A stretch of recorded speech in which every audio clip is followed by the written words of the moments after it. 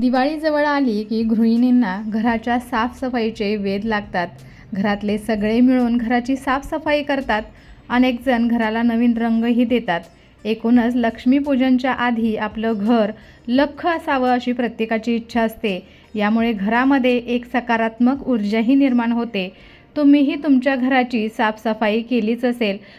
घरातील कचरा किंवा भंगार बाहेर फेकणे, घराची साफसफाई करताना घरातलं नको असलेलं सामान बाहेर फेकणं हा मुख्य भाग असतो.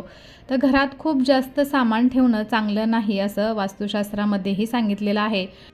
विशेषतः ज्या गोष्टी तुटलेल्या आहेत किंवा पूर्ण रूपात नाहीत त्या घरात अजिबात ठेवू नये. घर जर अव्यवस्थित असेल तर घरात सकारात्मक ऊर्जा कमी निर्माण होते. त्यामुळेच दिवाळीच्या आधी घरातून भंगार सामान, इलेक्ट्रॉनिक्सच्या तुटलेल्या वस्तू, तुटकी फुटकी क्रॉकरी किंवा गेल्या 6 महिन्यांपासून तुम्ही ज्या वस्तूचा अजिबात वापर केलेला नाही त्या सगळ्या आधी फेकून द्यायच्या आहेत. घरात तुटलेली काच किंवा काचेची वस्तू ठेवणं अपशकुन मानलं जातं. त्यामुळे अशी वस्तू ही घराच्या बाहेर फेका. सुखी घरासाठी पहिली पायरी म्हणजे घर स्वच्छ ठेवा. दिवाळीच्या आधी संपूर्ण घराची साफसफाई करा. घराच्या अगदी कानाकोपऱ्यापासून स्वच्छता केल्यामुळे घरातून नकारात्मक ऊर्जा बाहेर जाते आणि त्यामुळेच दिवाळीमध्ये घरातील किचन असो किंवा अगदी स्टोअर रूम, प्रत्येक कोपऱ्याची नीट स्वच्छता करा. घराचा मुख्य दरवाजा स्वच्छ करा. सकारात्मक ऊर्जेचा प्रवेश तुमच्या घराच्या दरवाजातून होतो. नवरात्री संपल्यानंतर सगळ्यांना दिवाळीचे वेध लागतात. तर दिवाळी हा आपला हिंदू धर्मातील प्रमुख सणांपैकी एक आहे. हिंदू पंचांगानुसार कार्तिक महिन्याच्या अमावस्येला दिवाळी साजरी केली जाते. तर धार्मिक मान्यतेनुसार या दिवशी लक्ष्मी गणेशाची पूजा केल्याने सुखशांती मिळते आणि आर्थिक स्थिती मजबूत होते. कोणत्याही चांगल्या मुहूर्तावरती किंवा कोणत्याही पूजेच्या दिवशी आपण दरवाजावरती तोरण लावतो. पण कापडाचे तोरण धूळ लागून जुने, मळकट दिसू लागते. याशिवाय त्यावरती जाळेसुद्धा लागतात. मळलेले घाणेरडे तोरण लावल्यामुळे घरातील पॉझिटिव्हिटी कमी होऊ शकते. अशात जर दिवाळीची साफसफाई करताना नवीन तोरण लावून डेकोरेशन तुम्ही नक्कीच करू शकता किंवा जे जुनं तोरण आहे त्याला स्वच्छ आपण धुवून आणि सुकवून पुन्हा एकदा आपल्या घराच्या मुख्य दरवाजावरती लावू शकतो. त्याचबरोबर दिवाळीच्या दिवशी आपण असं झेंडूचं आणि आंब्याचं पानांचं तोरणही मुख्य दरवाजाला नक्कीच लावतो. तर त्यामुळेही घरामध्ये खूप छान अशी सकारात्मकता पसरते. तर वास्तुशास्त्रानुसार स्वयंपाकघरामध्ये काही ठेवलेल्या वस्तूंमुळेही खूप नकारात्मकता येते. तर स्वयंपाकघरामधील अशा काही गोष्टी आपल्याला दिवाळीच्या आधी नक्कीच बाहेर करायच्या आहेत. तर स्वयंपाकघरामध्ये म्हणजे किचनमध्ये बरेच जण औषधं ठेवतात. तर किचनमध्ये औषधं ठेवणे देखील अशुभ मानले जाते. असं म्हणतात की स्वयंपाकघरात औषधं ठेवल्याने माणूस अन्नाप्रमाणेच औषधे खाऊ लागतो. एकामागून एक अनेक आजारांनी त्याला घेरले जाते. तर विशेषतः घराच्या प्रमुखांवरती सर्वात वाईट परिणाम होतो. त्यामुळे स्वयंपाकघरामधून ही औषधं लवकर आपल्याला बाहेर करायची आहेत. औषधासाठी एक व्यवस्थित आपल्याला बॉक्स बनवायचा आहे आणि ही सर्व औषधे एका बॉक्समध्ये ठेवून एखाद्या ड्रॉवरमध्ये ठेवून द्यायची आहे. किचनमध्ये कधीही औषधं ठेवू नका. त्याचबरोबर तुटलेली भांडी किचनमध्ये कधीही ठेवू नका. तुटलेली भांडी घरामध्ये गरिबी आणतात. तुटलेली भांडी घरात कुठेही ठेवू नका. लगेच काढून आपल्याला ती टाकून द्यायची आहेत.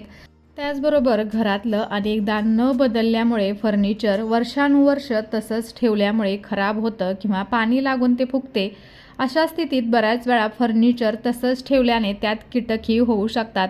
वापरात नसलेले फर्निचर दिवाळीच्या साफसफाई करताना काढून टाका आणि वापरात नसलेले फर्निचर दुरुस्त करून तुम्ही कोणालाही वापरण्यासाठी देऊ शकता. घरात काही गोष्टी नकारात्मक ऊर्जा वाढवतात. त्यात अस्वच्छता, जाळे, टाकाऊ वस्तूंचा समावेश आहे. घरात बऱ्याचदा कोळ्याचं जाळं लागतं. घरात जाळ्या जळमटं वाढणं अशुभ मानलं जातं. जाळी हे नकारात्मक ऊर्जेचे प्रतीक आहे. त्यामुळे घरात आर्थिक समस्या आणि मानसिक अशांतता वाढते. त्यामुळे घराची सातत्यानं स्वच्छता करणं, जाळ्या जळमटं काढणं गरजेचं असतं. घरात अनेक गोष्टी अशाच पडून राहिल्याने देखील वास्तुदोष निर्माण होतो. अगदी आवडीने आपण काही गोष्टी विकत घेतो. खरे कालांतराने त्या गोष्टी आपल्या घरातल्या माळ्यावरती किंवा अडगळीच्या खोलीत पडलेल्या पाहायला मिळतात. त्यातील सर्वात जास्त पाहायला मिळणारी गोष्ट म्हणजे आपल्या घरातील भांडी एखाद्या ठिकाणी फिरायला गेल्यावरती आणि तिथल्या संस्कृतीनुसार बनवल्या गेलेल्या भांड्यांचं आपल्याला खूप अप्रूप वाटतं. ती भांडी आपण विकत घेतो आणि आपल्या घरात जुनी आणि पूर्वजांची भांडी आपण आठवण म्हणून घरातल्या माळ्यावरती किंवा स्टोर रूमवरती ठेवत असतो. कालांतराने ही भांडी विस्मरणात जातात. हळूहळू त्यावरती धूळ बसते आणि ही भांडी गंजतात. ही अशी भांडी आपल्या घरात वास्तुदोष निर्माण करतात. हा वास्तुदोष कालांतराने आपल्या घरच्या सदस्यांवरती परिणाम करतो. वास्तुशास्त्रानुसार अशी भांडी किंवा काही गोष्टी बंद ठेवलेल्या किंवा गंजलेल्या किंवा वापरात नसलेल्या स्वरूपात असतील तर त्यांना ताबडतोब घरातून बाहेर काढलं पाहिजे.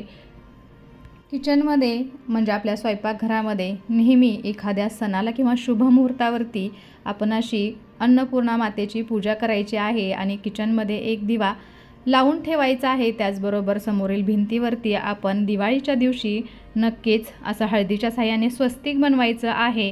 अशा दिवसांमध्ये किचनमध्ये आपण भीमसेनी कापूर आणि त्याचा धूर नक्कीच करायचा आहे. बऱ्याचदा लोक उरलेले पीठ फ्रीजमध्ये ठेवतात आणि नंतर ते वापरतात. वास्तुशास्त्रानुसार हे अजिबात योग्य नाही. असे केल्याने आरोग्यालाही हानी होतेच, पण शनी आणि राहूवरील त्याचा विपरीत परिणाम होतो. शास्त्रानुसार मळलेले पीठ ठेवणे चुकीचे मानले जाते. घरामध्ये तुटलेले आणि तडे गेलेले भांडे ठेवू नका, तर बऱ्याच वेळा भांड्याला थोडासा तडा जातो आणि तसे असतानासुद्धा आपण वापरतो. तुटलेली तडे गेलेली भांडी ठेवल्याने घराची आर्थिक स्थिती बिघडते आणि घराच्या डोक्यावरती कर्ज वाढते आणि यासोबतच परस्पर मतभेद देखील वाढतात. स्वयंपाकघरात शूज आणि चप्पल घालून जाण्यानेही नकारात्मक प्रभाव पडतो. त्यामुळे घाण किंवा जंतू स्वयंपाकघरात पोचतात. इतकंच नाही तर आई अन्नपूर्णा स्वयंपाकघरात राहते आणि शूज आणि चप्पल घालून तिचा अपमान केला जातो. घरात काय आहे काय नाही याकडे गृहिणींचे बारीक लक्ष असते. मात्र नोकरी, व्यवसायाच्या गडबडीत किंवा इतर काही कामांच्या नादात स्वयंपाकघराकडे दुर्लक्ष होऊ शकते. परंतु वास्तुशास्त्रानुसार काही गोष्टींनी तळ गाठणे हे सुद्धा वास्तूच्या दृष्टीने हितावह ठरत नाही. त्यामुळे घराची आर्थिक स्थिती डळमळीत होते. कारण या वस्तू केवळ अन्न नाही तर सुबत्तेचे लक्षणही मानले जाते. पहिली गोष्ट म्हणजे तांदूळ. तर वास्तुशास्त्रानुसार तांदूळ व्यक्तीच्या शुक्रग्रहाशी अर्थात सुबत्तेशी संबंधित असतो. अशा स्थितीत जर तुमच्या स्वयंपाकघरातील तांदूळ संपला तर त्यामुळे शुक्रदोष होतो आणि त्यामुळे तुमचे भौतिक सुख आणि ऐश्वर्यामध्ये देखील घट होते. हळद हा भारतीय स्वयंपाकघरातील मुख्य मसाला आहे. तर वास्तूनुसार जर तुमच्या स्वयंपाकघरात हळद पूर्णपणे संपुष्टात आली असेल तर तुमच्या गुरुदोष निर्माण होऊन वास्तुदोष देखील निर्माण होतो, ज्यामुळे तुमच्या आर्थिक स्थितीत अडथळा निर्माण होऊ शकतो. त्यामुळे डब्यातील हळद पूर्णपणे संपवण्याआधी ती नव्याने भरून ठेवायची आहे. तसंच हळद कधीही शेजाऱ्यांकडे मागू नका किंवा कोणाला देऊ पण नका. त्यामुळे कर्जबाजारीपणा होण्याची शक्यता असते. त्यानंतर येतं ते मीठ. तर वास्तुशास्त्रात मिठाला फार महत्त्व आहे. मीठ हे समुद्रातून निघालेले असल्यामुळे लक्ष्मीचा भाऊ म्हणूनही ते संबोधले जाते. म्हणून आपण मीठ सांडू देत नाही. तसेच मिठाशिवाय स्वयंपाक अळणी होतो आणि जास्त पडले तर खारट होतो. त्यामुळे मीठ प्रमाणातच असले पाहिजे. लादी पुसण्याच्या पाण्यात मीठ टाकले असता समृद्धी येते असे वास्तुशास्त्र सांगते. म्हणून की काय लक्ष्मी पूजेत केरसुणीबरोबर मिठाचीही पूजा केली जाते. म्हणून घरात मीठ संपू देऊ नका. त्याआधीच नवीन पुडी विकत आणा आणि सायंकाळी कधीही मिठाची देवाणघेवाण करू नका, अन्यथा आर्थिक स्थिती खालावते असे वास्तुशास्त्र सांगते. हिंदू धर्मात प्रत्येक घर हे घरातील देवघराशिवाय अपूर्ण मानले जाते. आपल्या सनातन धर्मामध्ये देवी देवतांच्या पूजेला अनन्यसाधारण महत्त्व आहे. त्यामुळे आपल्याला आपल्या घराइतकीच देवघराची देखील काळजी घेणं महत्त्वाचं आहे. देवघर हे आपल्या घरातील पवित्र स्थान असते. तर वास्तुशास्त्रानुसार देवघरात काही गोष्टी ठेवणे योग्य समजले जात नाही, कारण या गोष्टींमुळे घरात नकारात्मक परिणाम दिसून येतात आणि त्यामुळे अनेक संकटांचा सामना आपल्याला करावा लागू शकतो. तर देवघरामध्ये चुकून ही तुटलेली खंडित मूर्ती ठेवू नये, कारण यामुळे घरात वास्तुदोष निर्माण होतो. त्यामुळे घराच्या देवघरामध्ये जर अशा मूर्ती असतील तर त्या आजच आपल्याला काढून टाकायच्या आहेत आणि त्यांचे नदी किंवा तलावामध्ये विधिवत विसर्जन करायचं आहे. त्याचबरोबर देवाच्या रुद्र म्हणजेच रागीट रूपातील मूर्ती चुकूनही आपल्या घरामध्ये ठेवायच्या नाही आहेत. असे मानले जाते की त्यामुळे आर्थिक चणचणीचा सामना करावा लागू शकतो. घरात केवळ देवतांचे फोटो हे शांत आणि प्रसन्न भावनेचे असावेत. त्यामुळे घरात देवतांचा आशीर्वाद राहतो. तर बऱ्याच जणांना देवपूजा करताना देवांपुढे फुलांची सजावट करायला खूप आवडतं. तर देवघरामध्ये कधीही सुकलेली सुकलेली किंवा खराब झालेली फुलं तशीच ठेवू नये. त्यामुळे अशा गोष्टीमुळे आपल्या घरामध्ये नकारात्मकता येते. आणि देवघर स्वच्छ करत असताना प्रत्येक वेळेस आपण जे साहित्य ठेवलेलं आहे, म्हणजे देवघरामध्ये जे आपण देवपूजेसाठी लागणारं साहित्य ठेवतो ते प्रत्येक वेळेस आपल्याला चेक करायचं आहे. कारण बऱ्याच गोष्टी अशा असतात की त्या गोष्टींना भुंगा लागू शकतो किंवा कीड लागू शकते. जसं की आपण अशा अक्षदा ठेवतो, नैवेद्यासाठी खडीसाखर ठेवलेली असते, हळकुंड, सुपारी, अशा बऱ्याच गोष्टी आपल्या देवघराच्या ड्रॉवरमध्ये असतात. तर अशा गोष्टी नियमित कडक उन्हामध्ये सुकवून ठेवाव्यात किंवा खराब जर झाल्या असतील तर त्या लवकरात लवकर देवघराच्या बाहेर करायच्या आहेत. देवांचे वस्त्र असतील किंवा देवांचं आसन असेल तेही जर फाटलेलं असेल तर ते लवकरात लवकर आपल्याला टाकून दुसरं नवीन घेऊन यायचं आहे. देवघरामध्ये कधीच किंवा आपल्या घरामध्येच कधीच तुटलेले फोटो जे देवांचे असतील, फुटलेली काच असेल तर ते लवकरात लवकर आपल्याला विसर्जित करून बदलून आणायचे आहेत. फाटलेले ग्रंथ कधीही देवघरामध्ये ठेवायचे नाहीत. फाटलेले ग्रंथ जर असतील तर त्याचंही विधिवत आपल्याला वाहत्या पाण्यामध्ये विसर्जन करायचं आहे. आणि तुम्ही ग्रंथ पठण करत असाल तर एखाद्या शुभ मुहूर्तावरती आपल्याला नवीन ग्रंथ घरामध्ये घेऊन यायचे आहेत. तुटलेला आरसा किंवा तुटलेली काच ही अत्यंत अशुभ मानली जाते. तर वास्तुशास्त्रानुसार घरात तुटलेला आरसा नकारात्मक ऊर्जा पसरवतो. त्यामुळे कुटुंबातील सदस्यांना मानसिक तणावाचा देखील सामना करावा लागतो. तर तुटलेला आरसा किंवा काच असेल तर आपल्याला त्वरित ते फेकून द्यायचं आहे. फोटो फ्रेम असतात, ही फोटो फ्रेम आपल्या घराची शोभा वाढवते, मात्र ती तुटलेली नसावी. घरात तुटलेली फोटो फ्रेम असेल तर ती फेकून द्या आणि दुरुस्त करून आणायचं आहे. वास्तुशास्त्रानुसार तुटलेली फोटो फ्रेम वास्तुदोष निर्माण करते. घरामध्ये जर बंद घड्याळ असेल तर तेही दुरुस्त करून आपल्याला घ्यायचं आहे किंवा बाहेर फेकून द्यायचं आहे. कारण बंद घड्याळ अशुभ मानलं जातं, यामुळे प्रगतीत अडथळे येतात. बंद घड्याळामुळे घरामध्ये नकारात्मक ऊर्जा निर्माण होते. घरामधील रद्दी किंवा अनावश्यक वस्तूही आपल्याला बाहेर काढायच्या आहेत. घरातील फाटलेले आणि जुन्या चपला, जोडे ताबडतोब काढून टाका. कारण त्यामुळे व्यक्तीला अनेक प्रकारच्या संघर्षांना सामोरे जावे लागते आणि त्याचा आर्थिक स्थितीवरती देखील वाईट परिणाम होतो. घरामध्ये जर कबुतराने घरटे बनवले असेल तर तेही लगेच काढून टाकायचे आहे. त्यामुळे आर्थिक प्रगतीला बाधा निर्माण होतो.